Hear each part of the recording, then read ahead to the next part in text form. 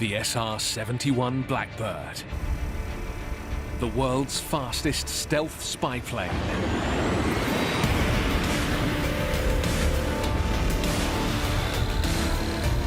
It flew faster than a rifle bullet. 3 times the speed of sound. It looks like it's part spaceship, part airplane. And when you see it in the air, it's a piece of artwork. Even now, 50 years later, it's still the fastest and highest man has ever flown without rocket propulsion. The Blackbird is the iconic aircraft of high-speed supersonic cruise. It was a multi-million-dollar gamble that stretched 60s aviation technology to the limits. Incredibly forward-thinking design on this. No high-powered, computers. Just rooms of people with slide rules and calculators. The thing that's special about the Blackbird was it was all miracles. Blackbird pilots risked their lives to fly at the edge of the possible. It was just breathtaking when we realized what we were going to be doing. These basically became sentinels, if you will, for the free world. Its greatest legacy, helping maintain peace when the world was on the brink of nuclear war.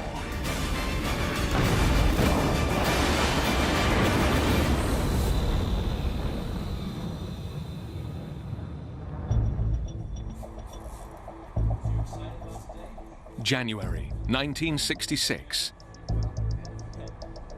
2 ace test pilots prepare for a critical experimental flight. The plane they're about to fly is an ultra-fast covert military jet, and it's just been modified to maximize performance. In the cockpit is a pilot with 4,000 flying hours under his belt, Bill Weaver.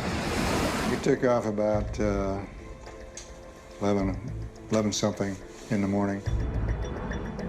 We headed out on the programmed route.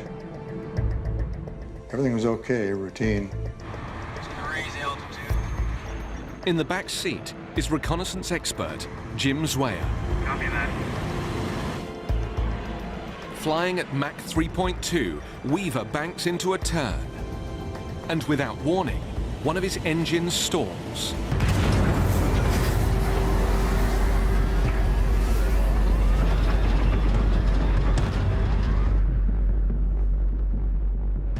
It's a very startling event. You could never prepare yourself for it. It was once described by one of the pilots as like being in a train wreck. At over 3,000 miles an hour, the unbalanced plane is impossible to control.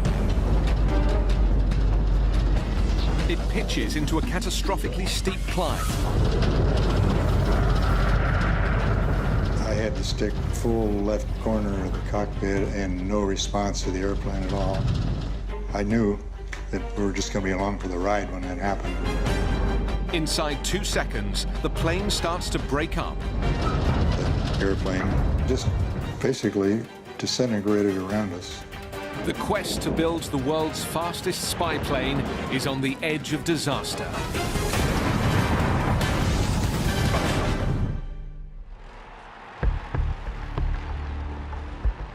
The story of the SR-71 Blackbird begins 9 years earlier, at the height of the Cold War. In 1957, the Soviet Union develops intercontinental ballistic missiles. Here, Khrushchev boasts that Russia already has intercontinental missiles in mass production. The threat of a direct nuclear strike on US cities makes gathering intelligence on the Soviets' nuclear arsenal a top priority. Well, in any conflict, knowledge is power. And we had to find out what the Soviet Union was doing, particularly with the missile program. We had a vital need to understand the capabilities of the Soviet military machine, but the Soviet Union was so vast that we could not gain this by using conventional aircraft.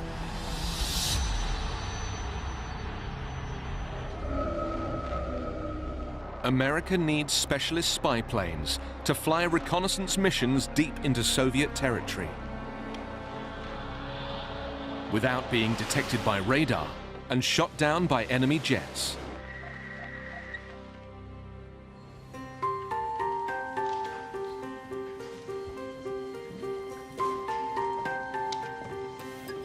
In late 1957, the CIA asks defense contractor Lockheed to come up with a new undetectable spy in the sky.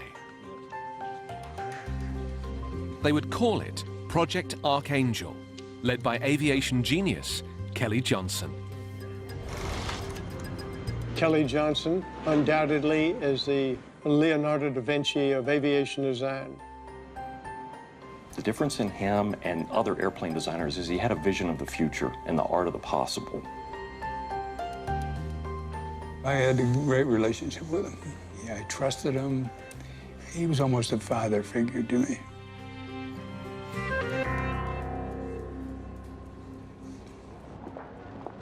Johnson had worked for Lockheed since 1933. He'd put together a small maverick design team just outside Los Angeles, nicknamed the Skunk Works. Johnson's team had designed several military planes, including a supersonic jet fighter, the iconic Lockheed F-104 Starfighter. By the late 50s, Skunk Works was at the top of its game. The factor that makes the Skunk Works different than other airplane design organizations is that they assume it can be done and then figure out how to do it. Back in 1955, Kelly Johnson had created America's first plane specifically designed for spying.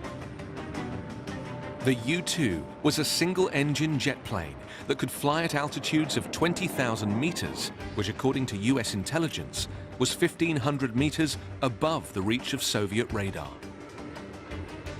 The idea behind the U-2 was to fly so high that the very sophisticated Russian radars would not be able to detect it.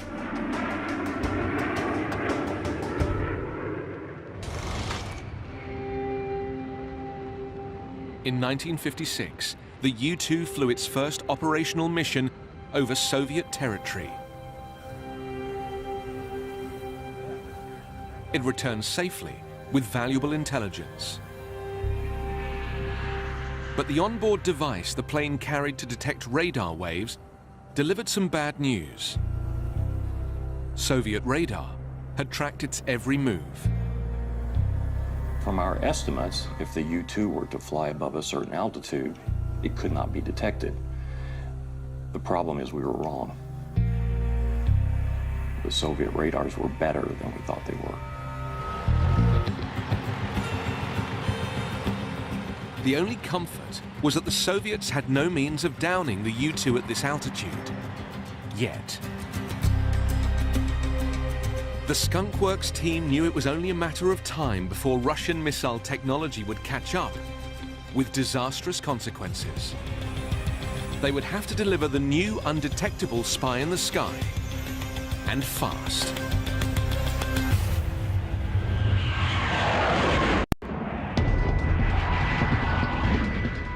"50 years after it was built, the SR-71 Blackbird still holds the record as the world's fastest manned plane using air-breathing engines.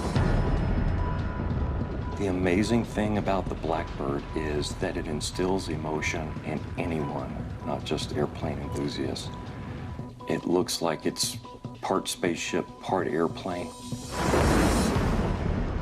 And when you see it in the air, it's a piece of artwork. Even more extraordinary, it pioneered the idea of stealth technology, with a design that was almost impossible for enemy radar to detect.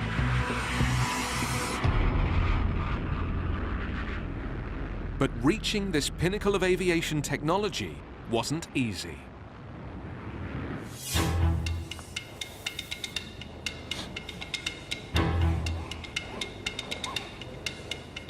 In the spring of 1958, Skunk Works starts work on Project Archangel.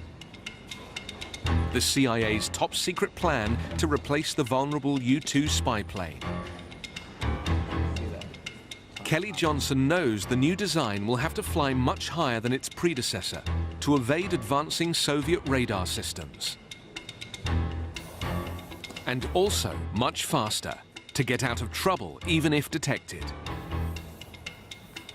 As the missile threat evolved, speed now became very, very important.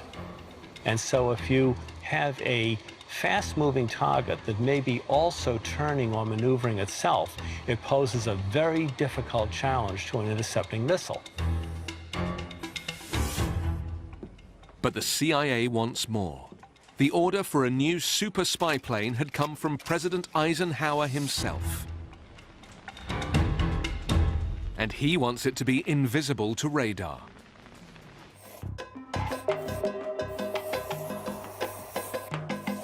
Achieving radar invisibility seemed near impossible. When radio waves from a radar transmitter strike a plane's circular fuselage, they scatter in many directions, producing an obvious and distinctive radar signature. Reducing this signature will require nothing less than a radical rethink of aviation design. Yet, in 1958, the idea of such stealth technology is in its infancy. And delivering it, alongside high altitude and high speed, will test Skunk Works' abilities to the limits.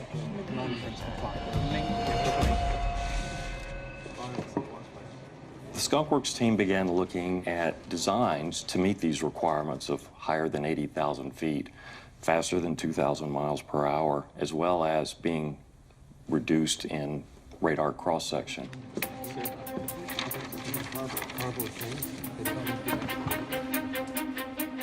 Over 11 months, Skunk Works engineers draft 10 designs, each prefaced with the letter A for Archangel.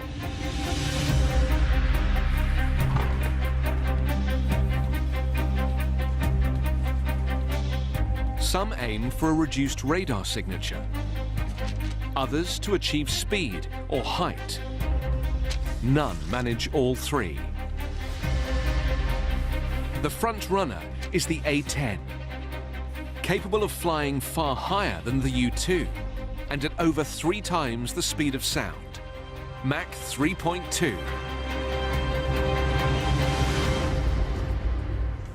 But performance comes at a price. Its shape will make it highly visible to radar. In March 1959, things become critical at a meeting with the CIA's head of black operations. Kelly Johnson argues that the A-10 is the best design, despite its radar visibility. Designed to fly so high and so fast that even if detected, the Soviets will have no time to react. There was always a debate from the time of the U-2 onwards about which was the best way to defend a high-altitude reconnaissance aircraft. The CIA knows the president isn't about to settle for speed over stealth. It looks like the end of the road for Project Archangel.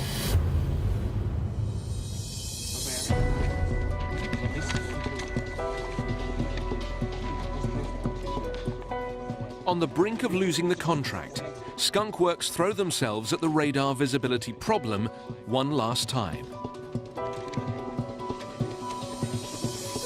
The M Lab was trying to come up with the answer for that. Yeah, we spent a lot of time and money trying to develop stealth. The challenge? To modify the plane's profile without compromising performance. 2 months later, one of the engineers makes a breakthrough. He takes the existing design and adds elements from other Project Archangel designs that reduce radar signature. The result is a radical new, streamlined look. The new design has a flatter underbelly and sleeker lines. When radio waves encounter this plane, instead of bouncing back to enemy radar receivers, they should deflect harmlessly away, along the flattened fuselage. The result? An incredible 90% reduction in the radar cross-section. The radar cross-section was something like 10 meters. You know, that's a big eagle, or it's a very small airplane. Now, the new spy plane faces the ultimate test. Will it convince the CIA?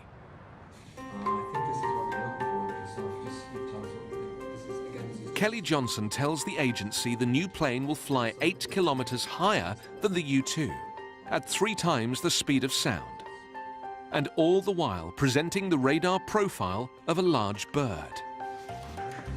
On February 11th, 1960, the CIA approves a $96 million contract for Skunk Works to build a dozen spy planes, now called the A-12.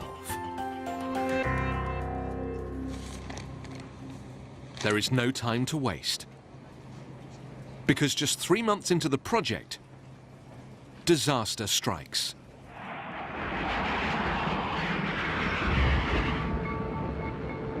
On May 1st, 1960, a U-2 spy plane is shot down by a missile in Soviet airspace.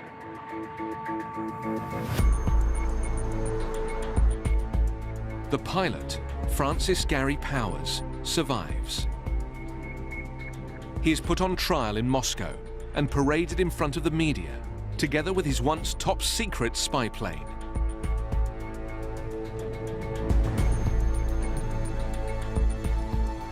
It's an ominous sign of how fast Soviet technology is developing. Because Powers' plane had been downed by a state-of-the-art radar-guided surface-to-air missile, the Dvina SA-2.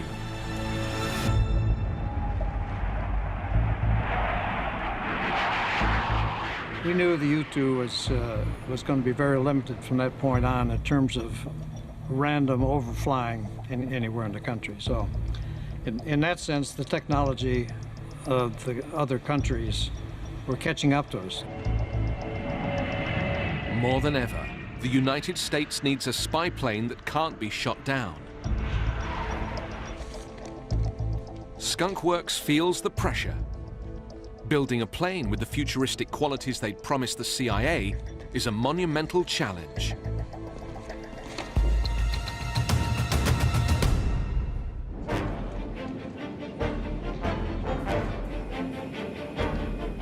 The downing of a U-2 spy plane by the Soviets in 1960 increases the pressure on Skunk Works to deliver its futuristic replacement. The new plane is supposed to cruise at a record-breaking Mach 3. But flying at 3 times the speed of sound throws up some fundamental problems. First, a conventional aluminium airframe is out of the question. Because at over 3,000 kilometers an hour, the friction created by airflow alone will heat the airframe to over 300 degrees Celsius. Skunk Works knows aluminium loses its strength at 150 degrees, which for a Mach 3 airplane is barely breaking a sweat. There were places on the Blackbird that were 600, 700 degrees Fahrenheit. Your oven at home goes to 550 degrees Fahrenheit. And so you had to look for materials that could survive those kinds of temperatures. And that's not all.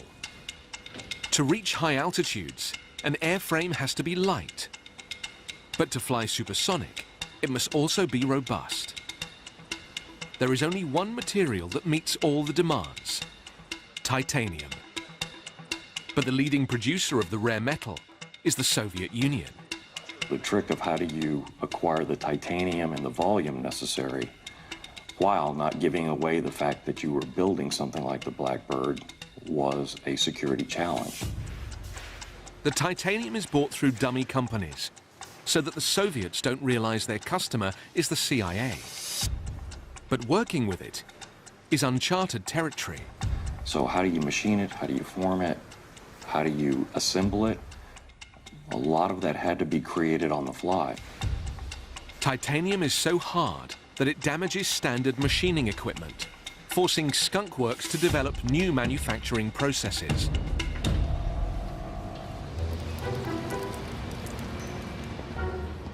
"300-degree temperatures pose another problem. Metal expands when hot.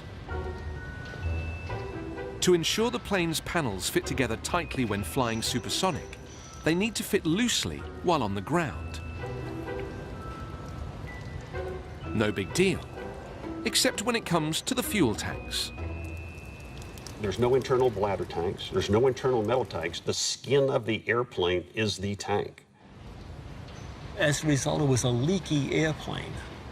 You would see this aircraft sitting on the ground with a puddle of fuel under it.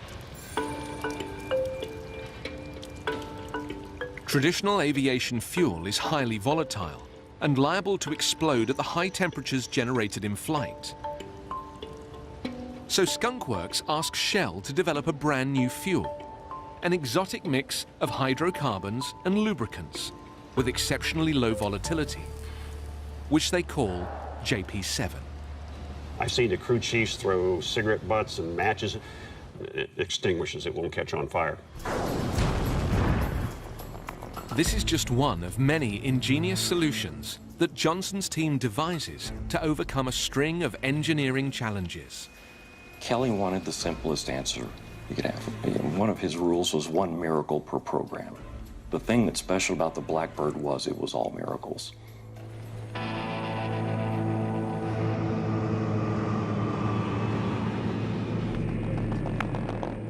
By the spring of 1962, people in Arizona begin to see strange craft streaking through the skies near the top secret Area 51. It's the latest version of the Skunk Works A-12 spy plane. The sightings fuel talk of UFOs.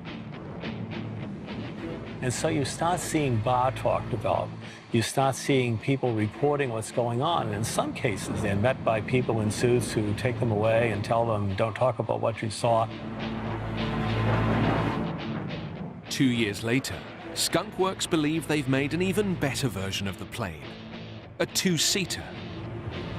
And in 1964, the government decides to scotch the rumors of UFOs and unveil it.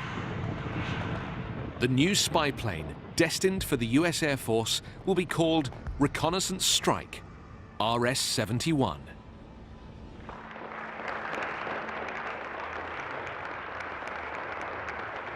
But the speech by President Johnson doesn't go as planned. I would like to announce the successful development of a major new strategic manned aircraft system. This system employs the new SR-71 aircraft and provides a long-range... When President Johnson announced it, he got the designation backwards. It should have been RS-71, but he said SR-71, and it sounds better, and the name stuck. The Joint Chiefs of Staff... The Air Force decide it's easier to rename the aircraft than to correct the president's error. And of course, no one wished to contradict the president, so from that point on, SR-71 it was. Now, the entire world knows the SR-71 has put America back in the aerial spying game. It's time to put the SR-71 through its paces.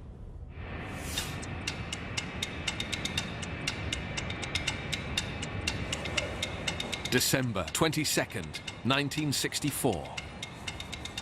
A Blackbird completes its final flight checks at Lockheed's Plant 42 in Palmdale, California. It is the first official test flight of the SR-71. Test pilot Bob Gilliland has the dangerous privilege of being first in the cockpit. He has been handpicked by Kelly Johnson himself. One glance and you could see it was high and fast and big and long. There were a whole lot of guys around the world that would like to have been in my position, but I was in the one that Kelly wanted to do it with, and so that's a hell of a high honor for me, and maybe perhaps my highest honor of all. Every test flight has what are called open items, unresolved technical issues. But on this day, Gilliland knew there were 383 of them.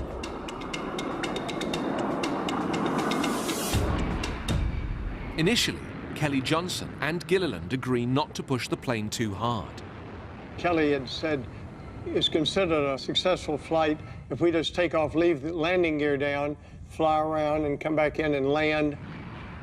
But then he says to me, how do you feel about going supersonic on the first flight? So I said, I have great confidence in our escape system here, so it's okay with me.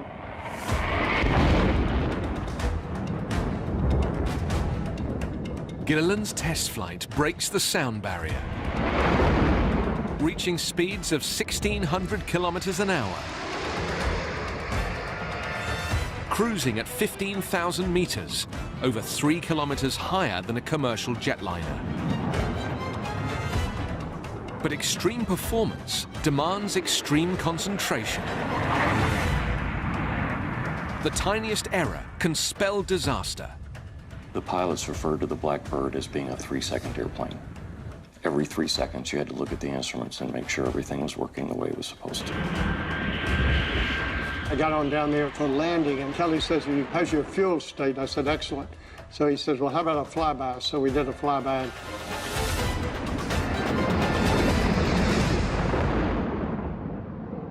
The first flight is a great success. The Blackbird program is airborne. But the flight tests are about to face setback and tragedy.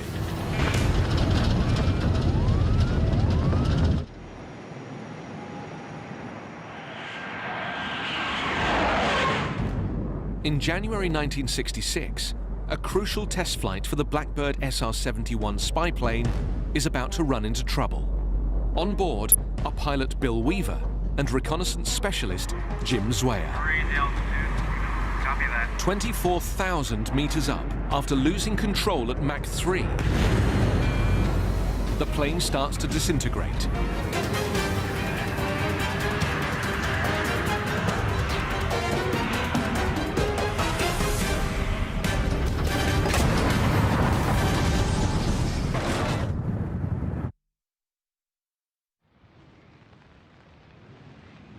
At Edwards Air Force Base, Weaver and Zwayer's Blackbird disappears from the tracking radar.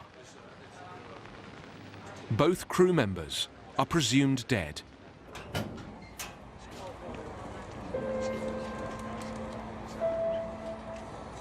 Fellow test pilot Bob Gilliland is on the base when he hears the news. I found out it was Bill Weaver, and his locker was near mine, and there were 2 cigars. Gilliland takes one of his friend's cigars to smoke in his memory. And I said, well, he may be dead, and if he is, I'll get him a whole box of cigars.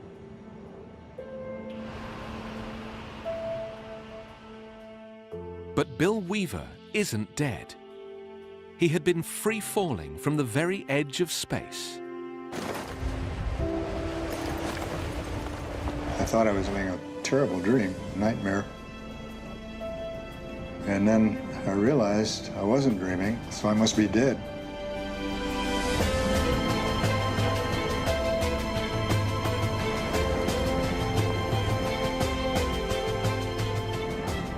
And then I realized that I'm not dead, and somehow I'm out of the airplane.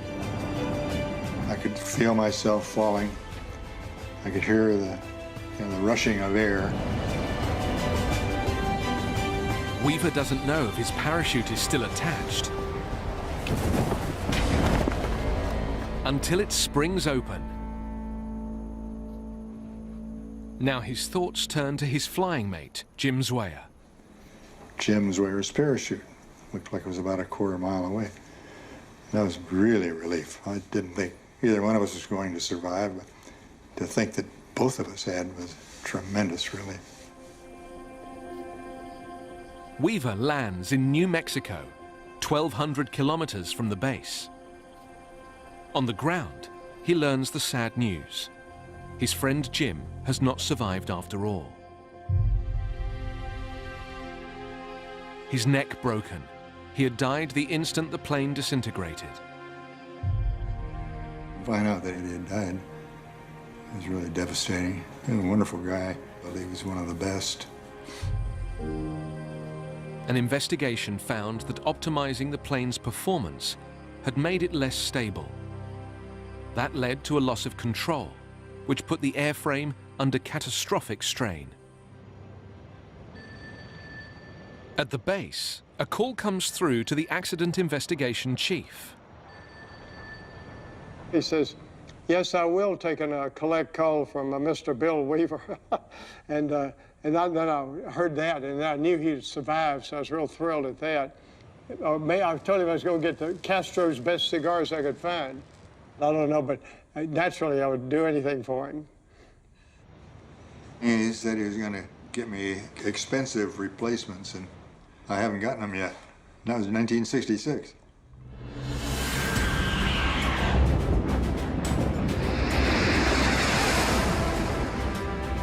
By 1967, Skunk Works finds solutions to all the Blackbird's design problems.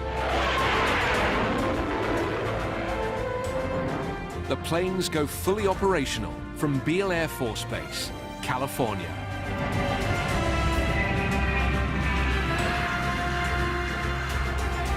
Now, America just needs the men to fly them.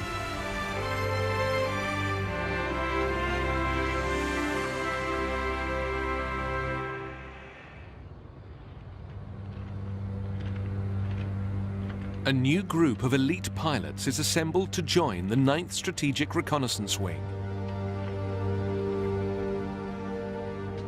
They are the best of the best. None of us had ever seen the airplane. And you can't imagine what that felt like to see that airplane come in. It was just breathtaking when we realized what we were going to be doing.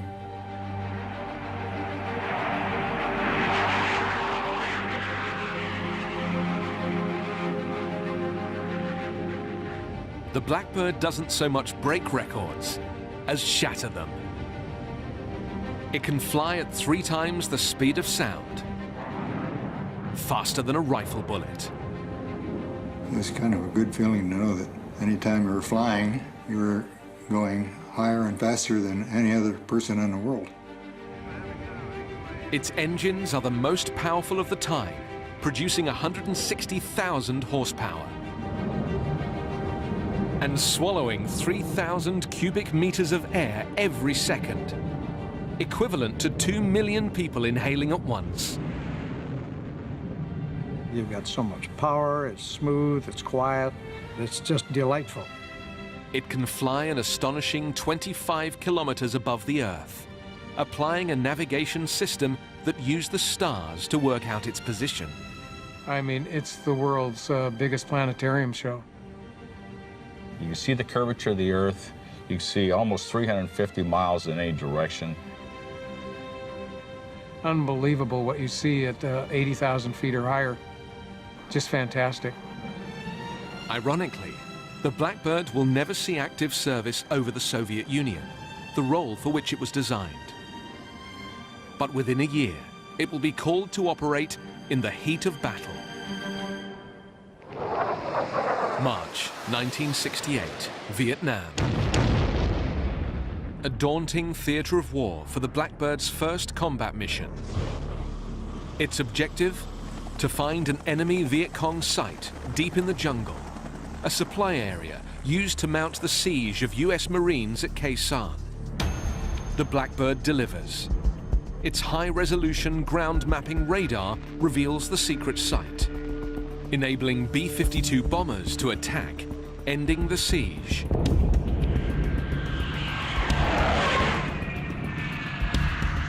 The Blackbird goes on to give the intelligence community critical photographic and ground mapping data from all over the world.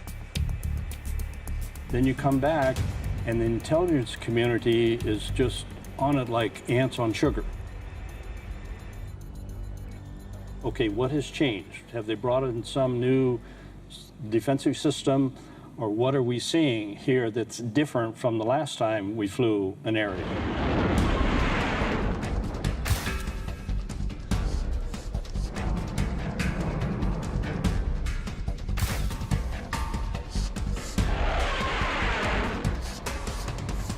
The SR-71 then went on to become the nation's premier reconnaissance system for keeping track of international crises. Whether it was the 1973 Arab-Israeli War, watching the Soviet fleet and its movements. We had SR-71s deployed to the Far East, operating out of Kadena. These basically became sentinels for the free world. Tremendous contributions of technical intelligence.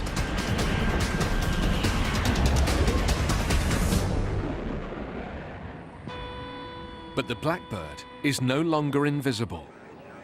In 1968, it is tracked by enemy radar for the first time. And as surface-to-air missiles grow ever more effective, Blackbird crews will soon face a direct attack.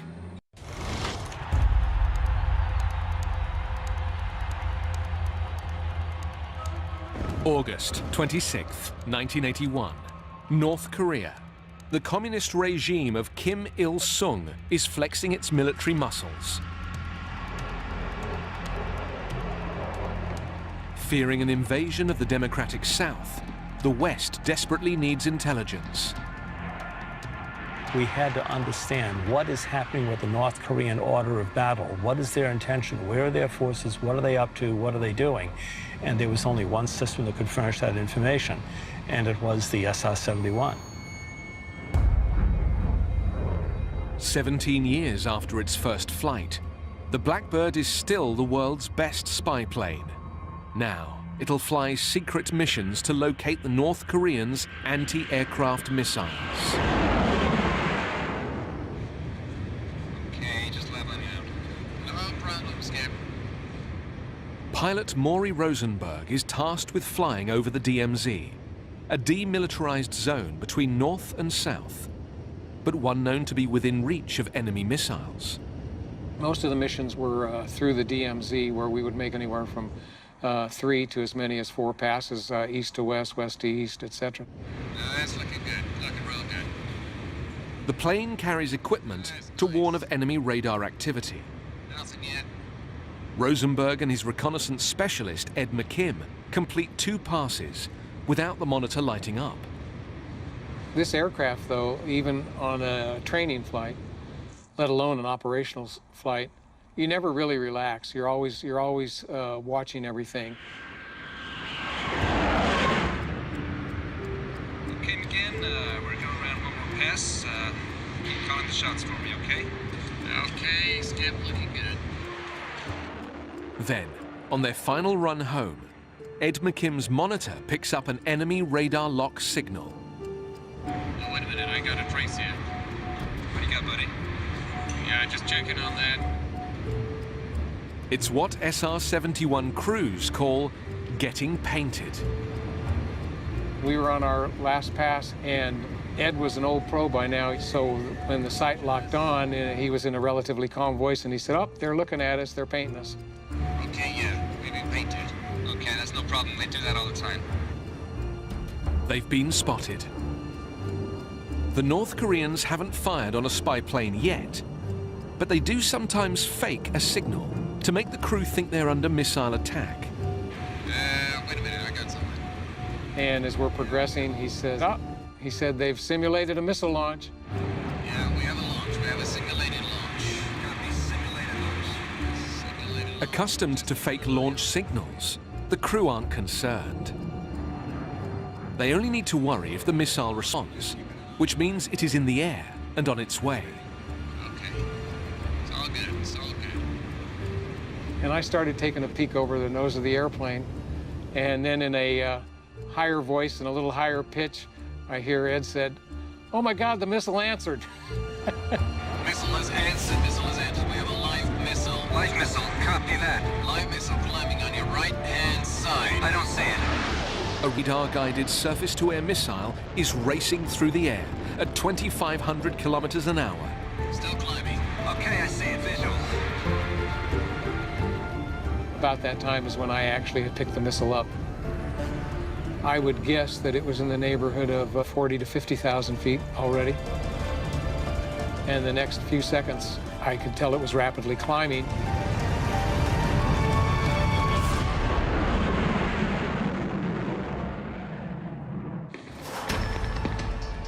August 1981, and in the midst of renewed hostilities, North Korea has fired a Soviet-made guided missile at a Blackbird spy plane. Okay, I see it. Visual.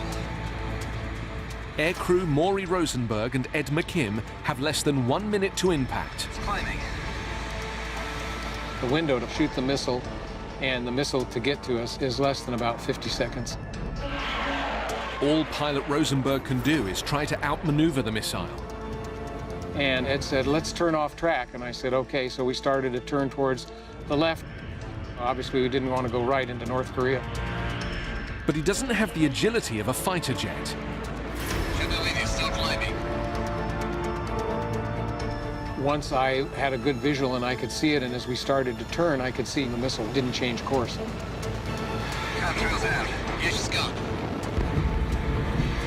Missile exploded. The Blackbird is saved by its speed. The enemy just don't have time to recalculate the target coordinates and redirect the missile. I saw the missile go by on the right side and explode. It's hard to judge distance at altitude because there's no reference. So I'm guessing that the missile was probably within a mile and a half of the aircraft. I was a little close. At Mach 3, that's equivalent to just 2 seconds from impact. I actually felt pretty relieved when we got on the ground that nothing else happened. Just as Kelly Johnson had predicted, even when it is detected, the Blackbird proves just too fast to catch.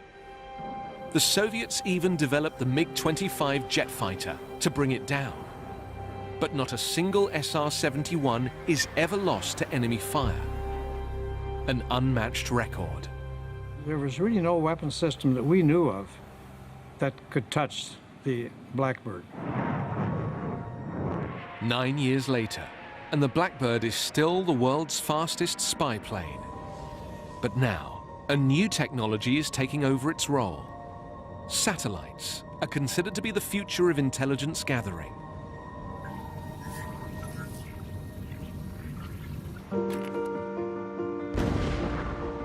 In March 1990, the Blackbird program is shut down. On its final flight before retirement, the Blackbird creates a speed record that is still unbroken. It flies from Los Angeles to Washington, D.C. in just 1 hour, 4 minutes, and 20 seconds. It's a poignant moment for everyone in the program, and for some, difficult to comprehend. There were many of us, myself included, that believed that the retirement of the Blackbird was premature.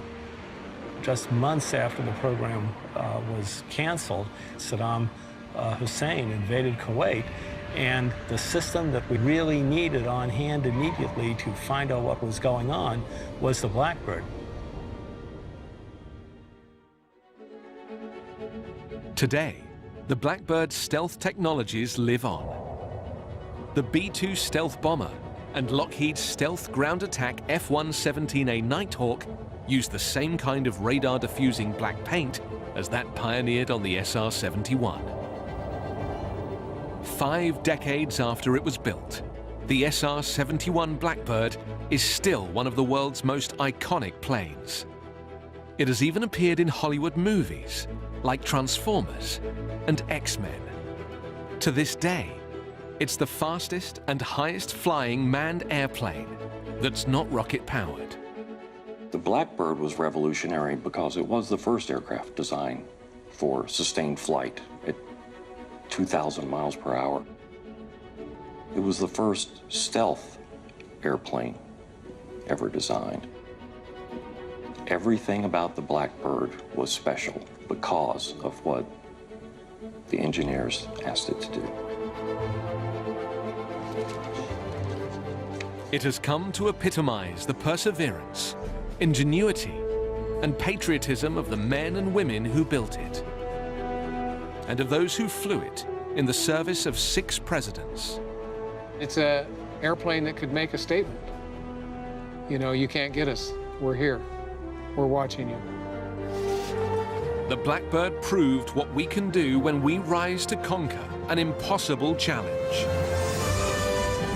I think one of the lessons of the SR-71 is you give men and women a task and give them the authority and the resources. It's amazing what you can create. But perhaps the Blackbird's greatest legacy is as the aircraft that helped maintain peace when the world was on the brink of nuclear war. It was the fastest airplane ever built. It helped win the Cold War, and that ought to be a pretty good little achievement.